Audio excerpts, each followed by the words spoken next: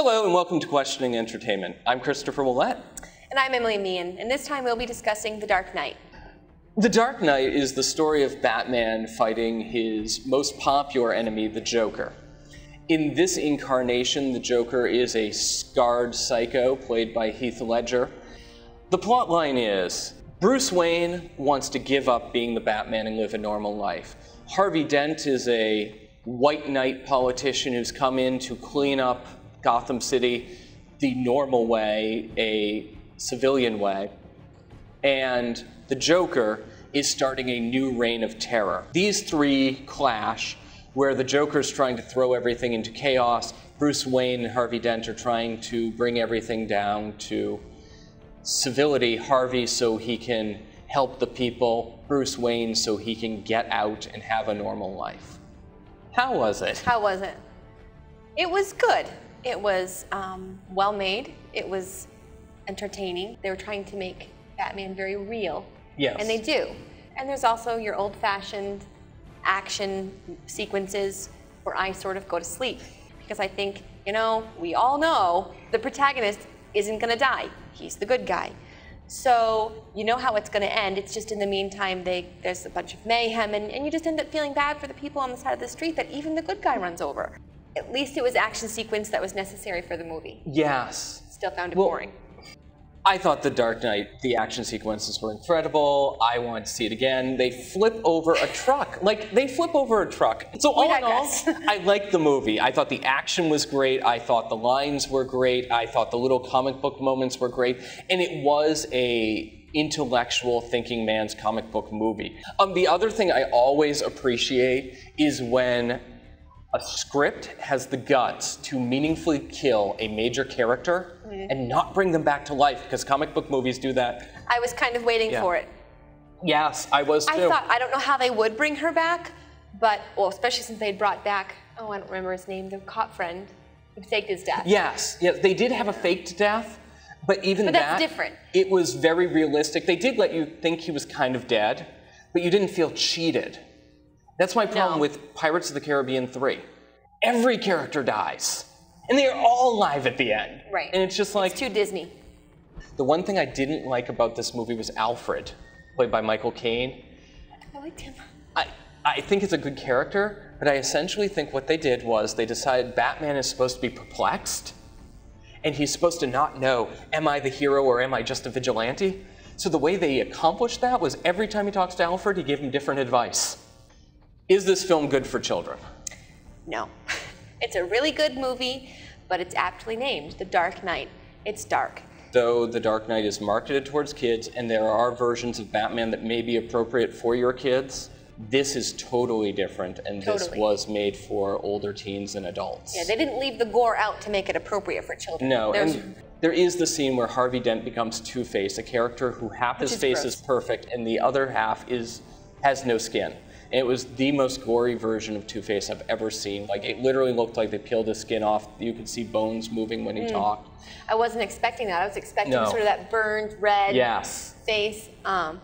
It was important to the movie. Yes. I think it was because his heart was as ugly as that part of his face. Part of what's good about the movie is it can be a little ambiguous. There's a lot of situations where you're struggling to figure out what the right thing is. And that's great, because we want to think about those things, but young children do not have, even teenagers don't always have the ability to think through that, and they can get the wrong message. So you have to be careful about that.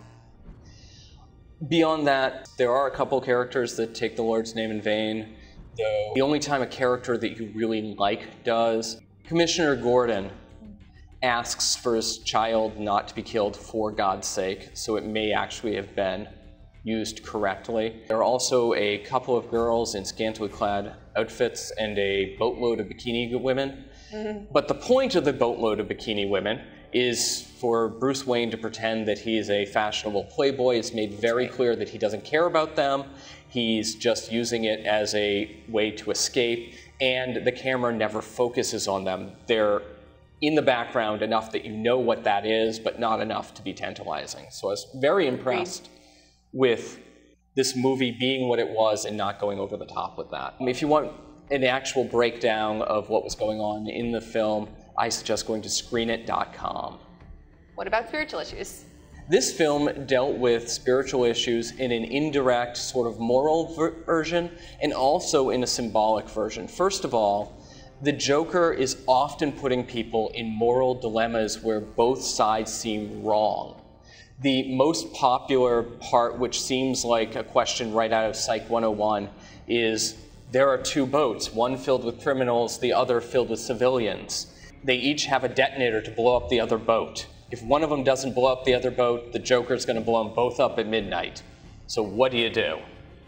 And these kind of moral questions are throughout, and this is a great movie to spark discussion about what is right and what is wrong, and situational ethics, and do you throw away what would technically be right when everything's gone crazy?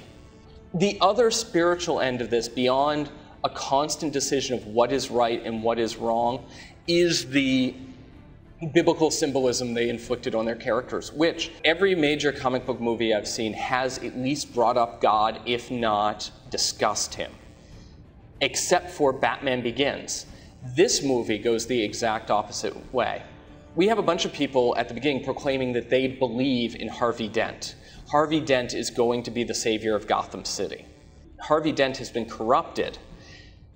They now know that if it comes out that he's corrupted, all the convictions that Harvey Dent got based on his good name, all those people are going to go free and Gotham City's back in the toilet.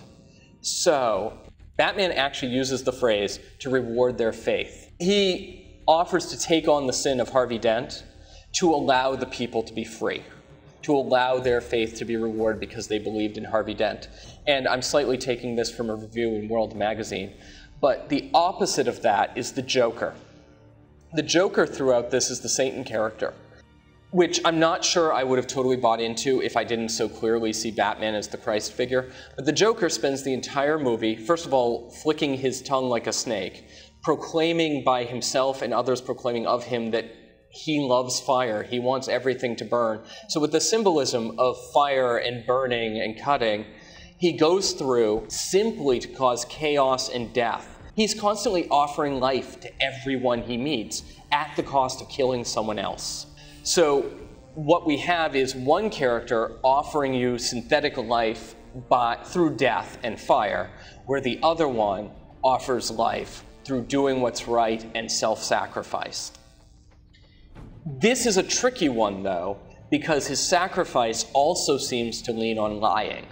To the extent that he's protecting Harvey Dent so that the convictions go through and people can feel safe and what people worked for gets through, I like it. To the extent that he did it so that they can believe in Harvey Dent and think Harvey Dent was a good guy and that can inspire their goodness, it's humanistic garbage. Exactly, because it assumes that give people long enough. Yes. Which is kind of where it comes with on the boats, because previously, when the Joker had sort of thrown up these wicked challenges, people had actually gone for it, yes. Gone for it, failed the test. But it's sort of like in the end, it's like this great victory. You know, basically what I got from it is, see, people know what's right. Right. They'll do what's right. And then in the end, it is a man that is exalted in all his goodness. Yes. Which is a lie. But with a Christian worldview, without Christ, live long enough, you will be a villain. Yes, yes. Because we're not basically good. So to the extent this movie offers Batman as a type of Christ, it has the correct worldview.